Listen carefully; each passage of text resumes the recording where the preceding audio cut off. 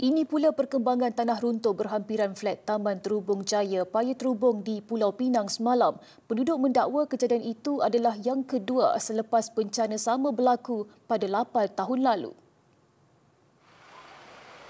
Menurut Muhammad Nizam Hajar Maidin, dia mula menyedari sesuatu tidak kena apabila aliran air dari bukit kelihatan deras sejak awal pagi.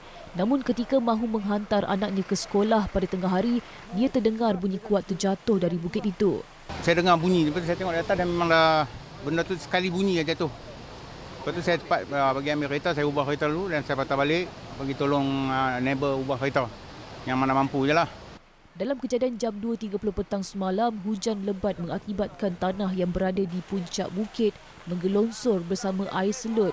Ia kemudian memenuhi kawasan parkir perumahan ini dan tiada struktur bangunan berhampiran terjejas. 12 kenderaan yang berada di kawasan terbabit dialihkan dengan bantuan penduduk dan pasukan bomba. Nak pergi semain juga lah.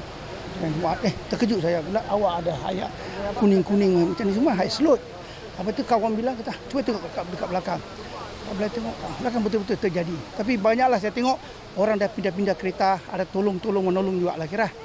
Sementara itu, Ketua Balai Bomba dan Penyelamat Paya Terubung Muhammad Syakir Abdullah berkata pihaknya membuka pos kawalan untuk kerja-kerja pemantauan.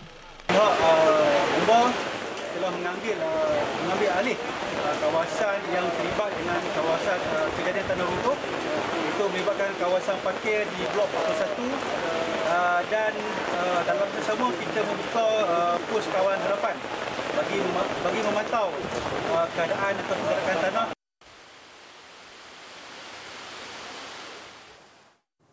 Sementara itu, rakaman video yang mendakwa kejadian tanah runtuh di Paya Terubung telah menenggelamkan beberapa kenderaan adalah palsu. Pengerusi Jawatankuasa Infrastruktur Pengangkutan dan Digital Pulau Pinang, Zairil Khair Johari berkata, video berdurasi 6 saat ini disunting daripada klip asal menggunakan teknologi kecerdasan buatan AI. Dalam hantaran Facebook, beliau meminta orang ramai supaya tidak menyebar video dan berita palsu berkenaan.